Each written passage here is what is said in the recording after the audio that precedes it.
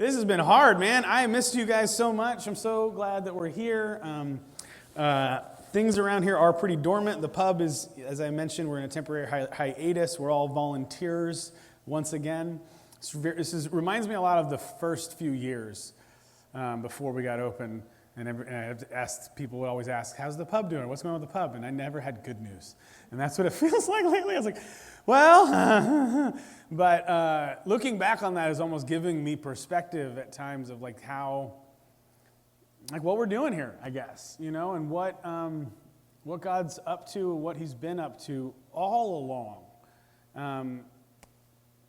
I don't know. We've had a lot of wins for a long time, it felt like, and even though we had a lot of losses for a long time at times too. And it's hard to have perspective when you're in it, right? And I don't know about you, but I am in it right now. Please pray for me, pray for the pub, pray for our city. It's a tough time. And I've been thinking about one of the values that we have here at our church. It's such a, if you're a B team, part of that, we talked about all these were written in like 2009, and they feel very 2009 dated, some of the language, but it's this is our value called the journey. And here's what it says. It says, we don't have all the answers. We haven't got it all figured out. We're in process and always learning. And God has chosen to use us in the journey, not after we have arrived or think, perceive, or believe we've arrived. I'm trusting that God is using us. We don't know. We don't have all the answers. We certainly don't have very, very little figured out, it feels like. But it's in this journey, it's in this season, it's even in these times, especially, that God is still using us or wanting to use us. Do you guys remember we did a series on Joseph Campbell's theory called the hero's journey? Do you guys remember that? I think we have. Do we have a picture of it? So this is the idea of the hero's journey, and he says this is the MetaMyth. This is the story. Every single story that you hear, whatever it is, if it's any good at all, this is it. It follows this pattern, basically. It's the call, it's the trials and the transformation, and then the return. That is it. That is the story under all the stories we have, all the stories that we love. This is what all great heroes have to go through in order to become great. Abraham, Odysseus, Joan of Arc, Jesus, Dean, all of these great people. They all encountered these things. They went through this process in some way, and their story is great because of it. Their journey is great because of us. And for us, I think this is where we live. We're in this journey right now. We're in the process right now. I don't know if you guys are going through any trials. Have you sensed any trials in the last season or so? This is the life that we're living right now. I've seen this bumper sticker around town. I know I'm maybe you have too. But it's hilarious. It says, New York, London, Paris, Estacada. Have you guys seen that one? It's nice. I know what it's trying to say. Here's the problem, though. I think for some of us, most of us look at our lives and go, yeah, I have a journey. I'm in trials. I'm in my life. I'm going through it. But it's not great. It's not like epic. I'm if anything, I'm Estacada on there. I ain't New York or London. I don't know what, you can use these big, exaggerated terms of this epic journey, but man, I don't know if I have much of a story to tell.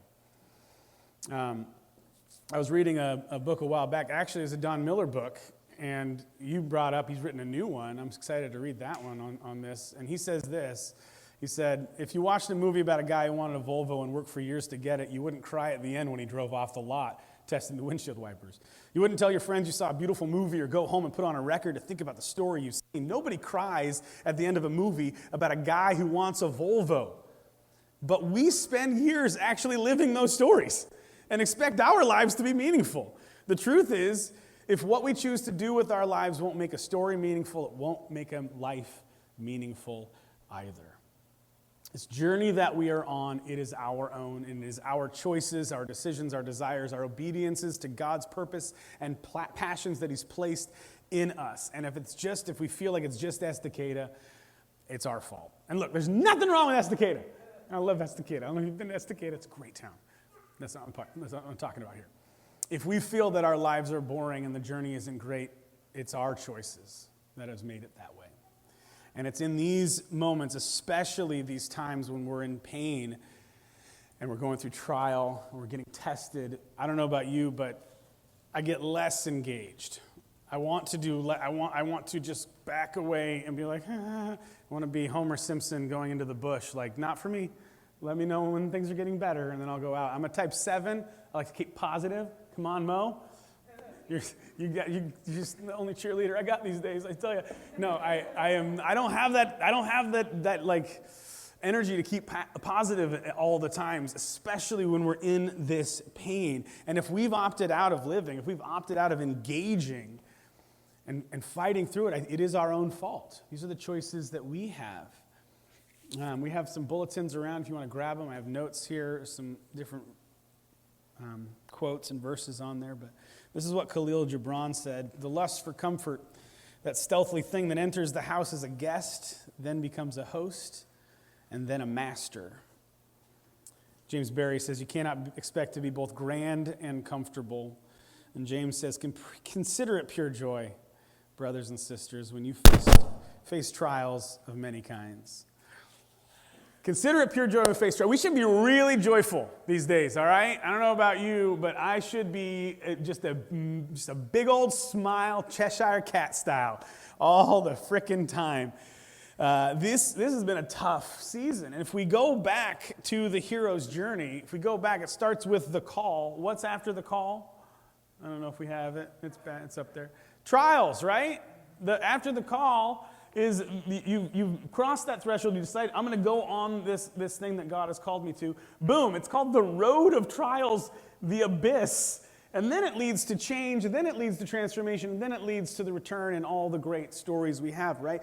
But that is that next moment, that first step after we say, I'm going, God. It's like, all right, here we go. Poof. It's that moment that we all have, and there's nothing we as Americans search for more than comfort, I think. There's nothing we love more than being comfortable. It's our single greatest motivating interest. I mean, it's why Sky Mall exists. It's just like, look at all these wonderful, stupid things that'll make my life comfortable.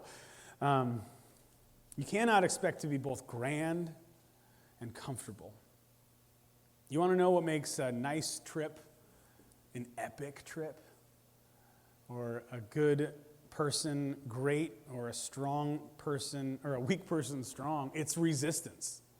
It's resistance. There's some trial, something that you're coming up against, some pain, something that is in the way that makes this story now actually worth something. The feeling that you get when you're face to face with the enemy. It's that kind of feeling you get when you point towards that distant horizon. It's a man standing in front of a tank in Tiananmen Square. It's a woman refusing to go to the back of the bus. It's you doing the craziest thing in the world that you know in your heart you're supposed to do. That's what we're called to. Stephen Pressfield, another great author I love, Ron Termiano, that guy, he says there's a force resisting the beautiful things in the world, and too many of us are giving in.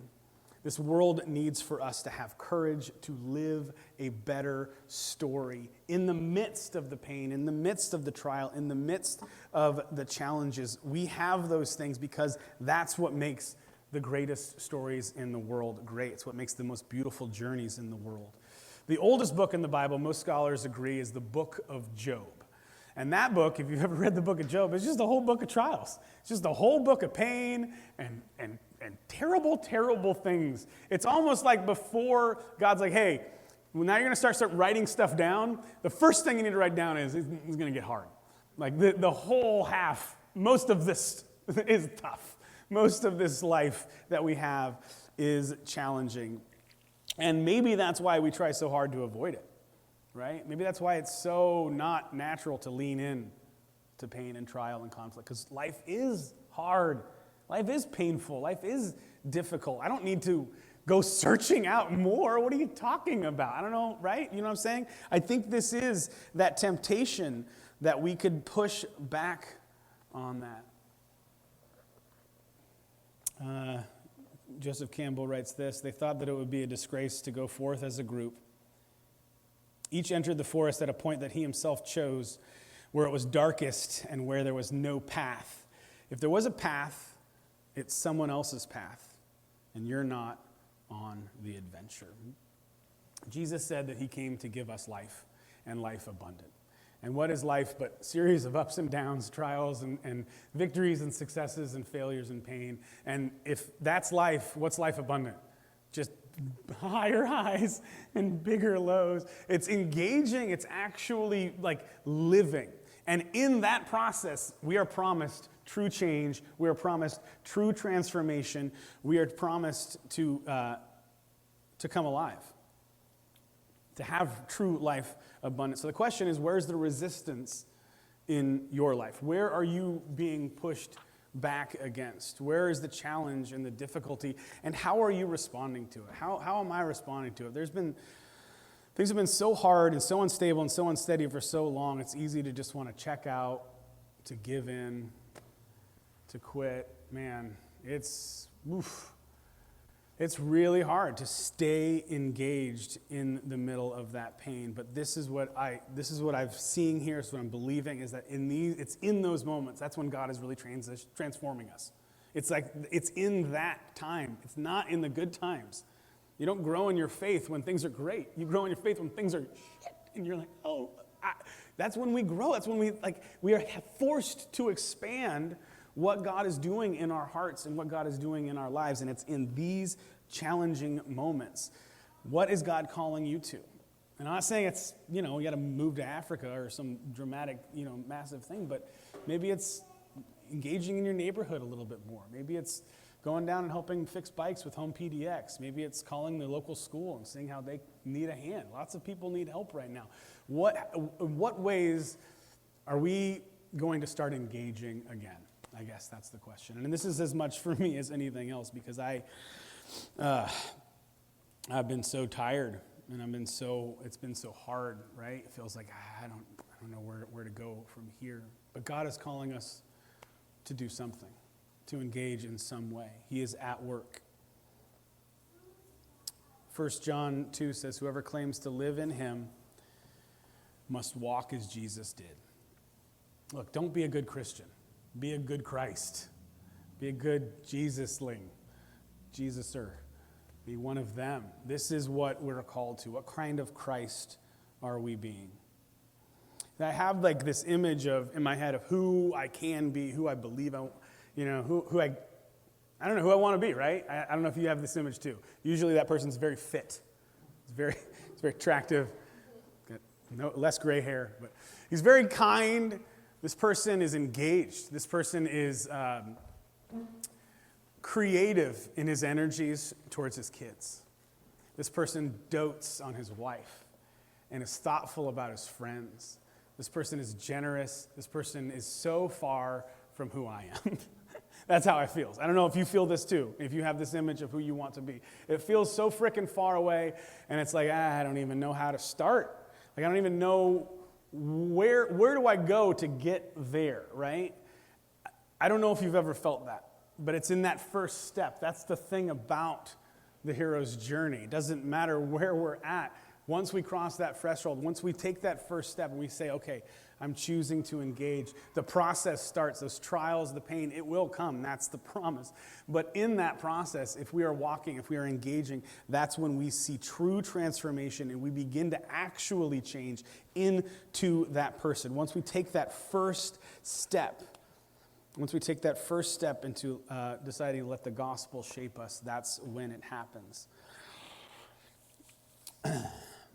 So what is our story going to read like? What's it going to be about? Is it going to be boring? Is it going to be scary? Is it going to be adventurous? Is it going to be life-changing? What are you going to do this month, this week, today to say, I want the story of my day today to be a little better? What can we do? Where can we go? What things can we engage in? What ways can we risk to actually live, to be a part of this? How are you going to be Jesus today? Philippians 2 says this, continue to work out your salvation with fear and trembling, for it's God who works in you to will and to act according to his purpose. God is in us in this journey. He is with us, not pushing us, not scolding us, but leading us and compelling us to live this one life that he's given us. He created us as the one life. He's compelling us to go engage, to go and actually live it out. The God who made the world and everything in it is the Lord of heaven and earth and does not live in temples built by hands, and he is not served by human hands as if he needed anything, but it's because he himself gives all life and breath and everything else. From one man he made every nation that they should inhabit the whole earth, and he determined the times set for them and the exact places where they should be, where they should live. God did this so they would seek him, so that we would seek him and perhaps reach out for him and find him, though he's not far from each of us. For in him we live and move and have our being. Jesus is the core, the center of this life that we have. That by his cross, his death and resurrection, we have been born again. We live because he lives. Because he defeated death, we have been given this new life. Let us live as though Christ died for us. Let us live with that boldness and with that faith and with that understanding that this is all a gift, a very costly gift that we have been given. And so now we choose to engage. I'll tell you guys, I am scared to death right now. I don't know. It's the hardest season of my entire freaking life. And it's been years, it feels like. And this is, I'm just confessing, sorry. I don't know if you can relate to this, but I close my eyes and there's just this fear, this darkness that's just ready to just pounce right now. Because there's just so many things that are up in the air, so much unknown. And I'm so freaking tired of that story, you guys. I'm tired of the story of fear and unknown, because that is true. But every great story of courage, every great story of boldness, and every great story of true heroes, it's all fear. It's all unknown too. But it's how we tell the story. It's what we're believing. And especially, really, it comes down to our faith, what we believe about our God. Do we believe that victory only looks like one thing? Do we believe that God is only here for the good times and the bad times are his curses? Or do we believe that God is never done? That he is only a God of reconciliation and restoration and redemption? That he is a God that takes all the bad stories and tells them in this epic way that we see, oh my gosh, that's the greatest story I've ever heard in my life. I want to live that story. I want to believe that story. I want to believe the words that God has for us.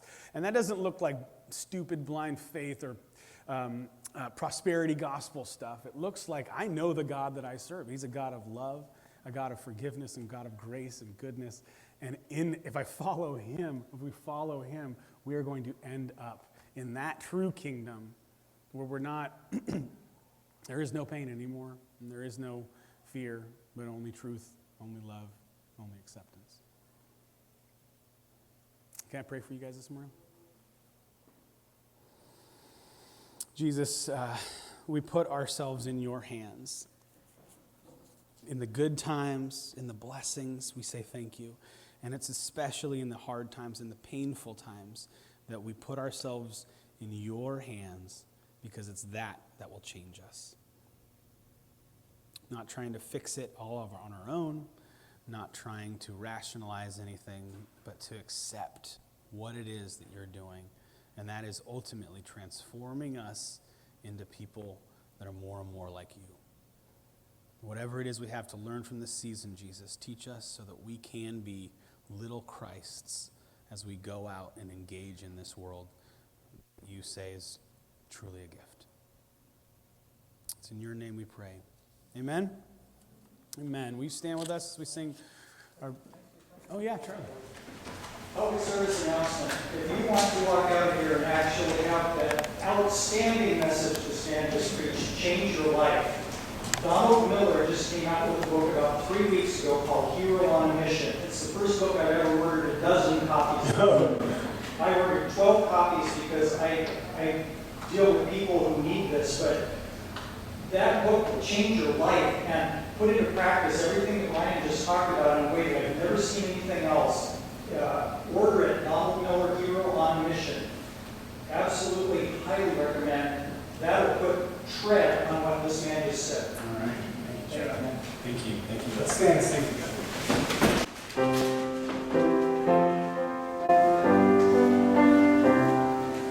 May the Lord bless you and keep you. May the Lord make his face shine upon you and be gracious